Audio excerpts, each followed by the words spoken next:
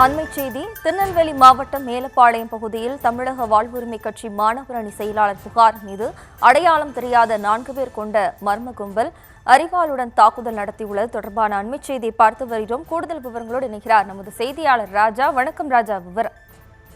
வணக்கம். திருநெல்வேலி மேலப்பாளையம் பகுதியைச் சேர்ந்தவர் முகமது புகாரி மௌலானா. இவர் தமிழக வாழ்வுரிமை கட்சி மாவட்ட மாணவரணி செயலாளராக இருந்து வருகிறார்.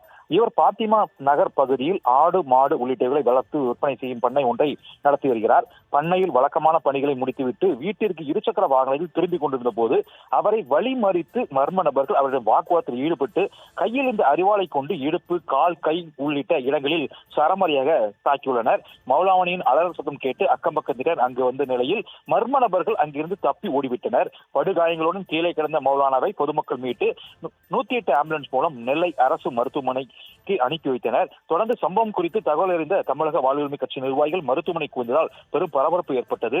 இந்த நிலையில் கத்திக்குத்து நடந்த சம்பவ இடத்திற்கு விரைந்த மேலப்பாளையம் போலீசார் அங்குள்ள சிசிடிவி கேமரா பதிவுகளை ஆய்வு மேற்கொண்டு மர்ம நபர்களை தீவிரமாக தேடி வருகின்றனர்.